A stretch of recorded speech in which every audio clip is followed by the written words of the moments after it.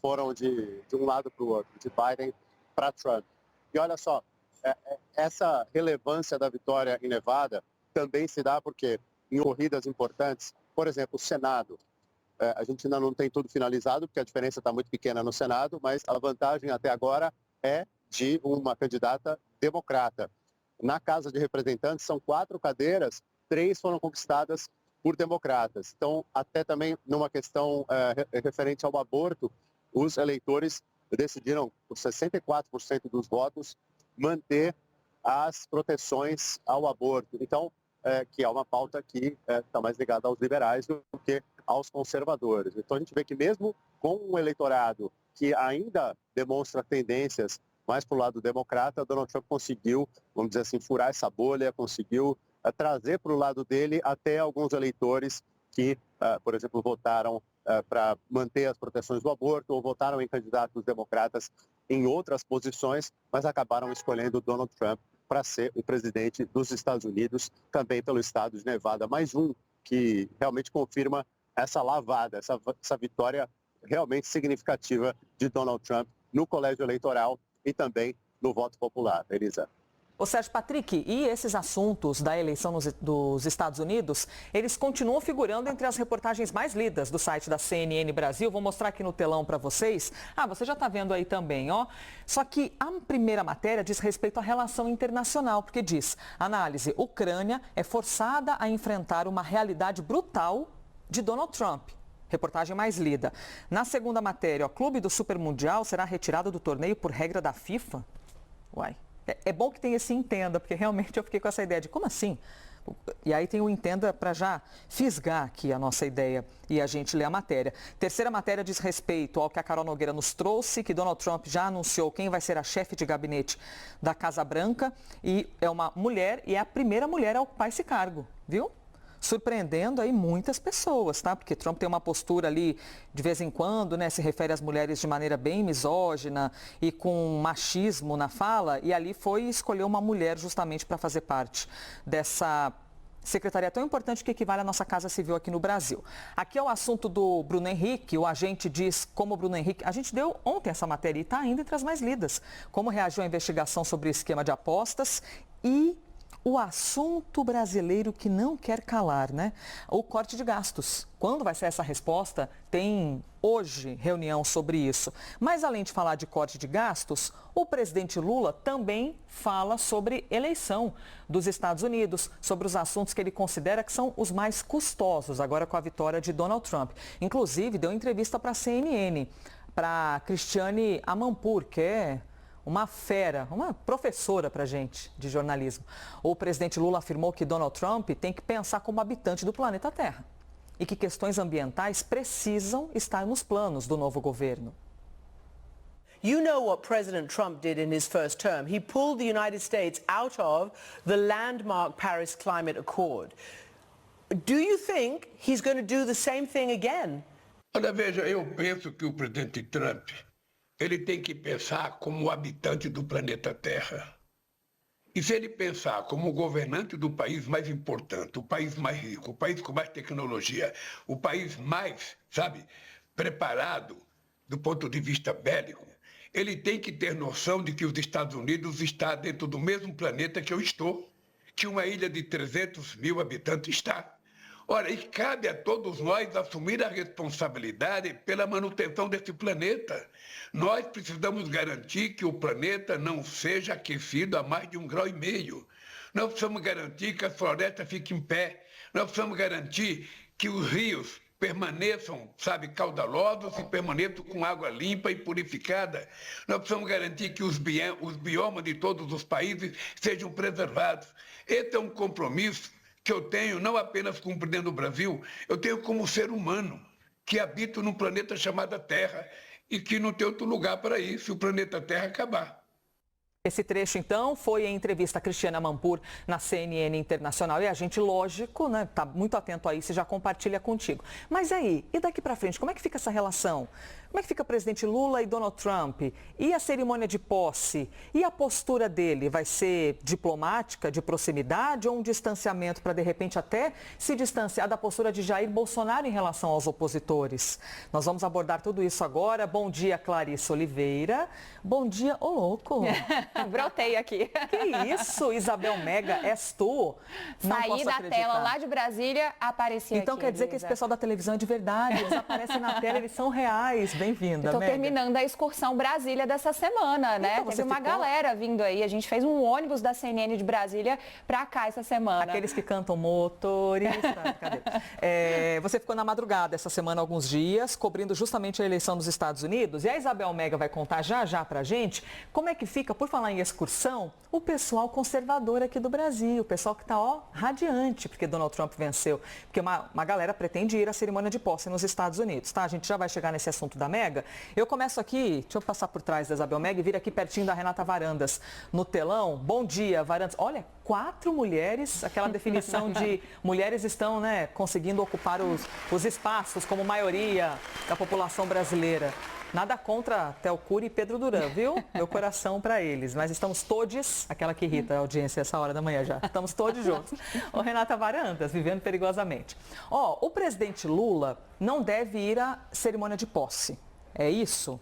Mas por qual motivo exatamente não deve ir? Foi dada uma justificativa? Conta só para a gente que a gente não vai contar para ninguém, fica entre nós.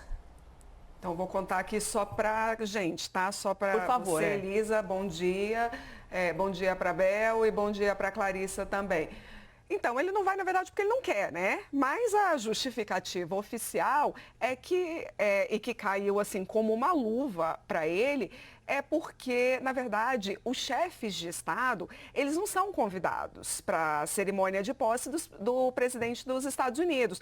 E isso lá, na verdade, é assim que funciona. É totalmente diferente da nossa cerimônia de posse aqui, que por sinal é no dia 1º de janeiro e várias vezes, como dizem por aí, acaba sendo meio flopado. Por quê? Porque justamente as pessoas estão no Réveillon e um monte de chefe de Estado não vem, porque por conta da dificuldade de acabar vindo justamente nessa data. Mas por quê? Porque aqui a gente manda os convites para os chefes de Estado, Elisa.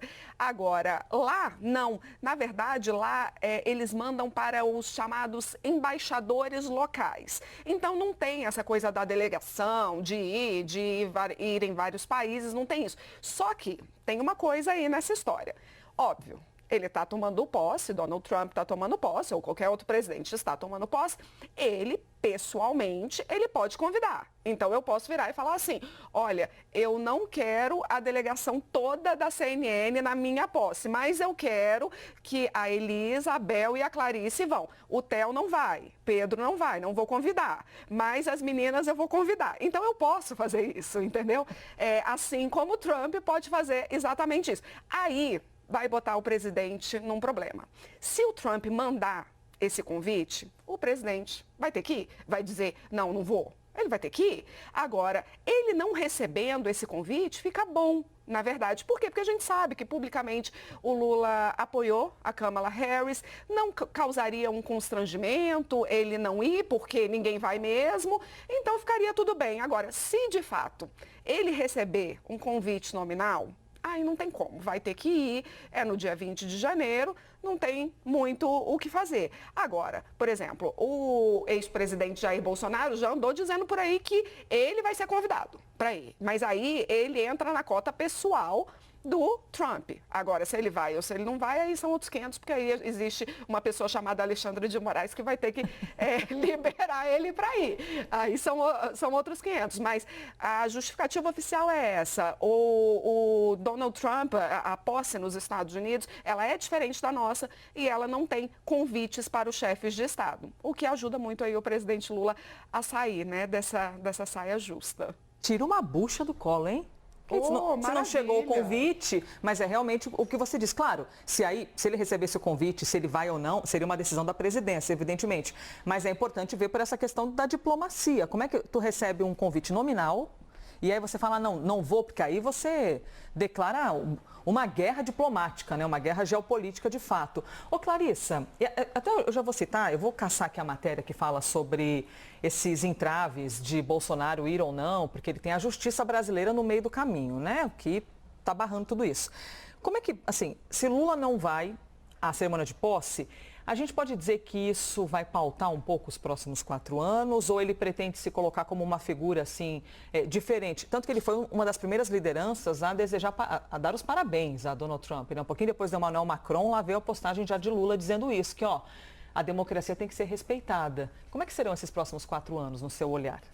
Muito bom dia para você, Elisa, para a Bel, bem-vinda aqui com a gente, para a Renata, para todo mundo que está com a gente, daqui a pouco o Theo, galera toda. Galera toda reunida. Elisa, conversando ali com algumas fontes próximas do presidente Lula, em especial ali aquelas ligadas à área internacional, está muito claro qual vai ser o movimento do presidente e por que ele fez questão de parabenizar publicamente Donald Trump.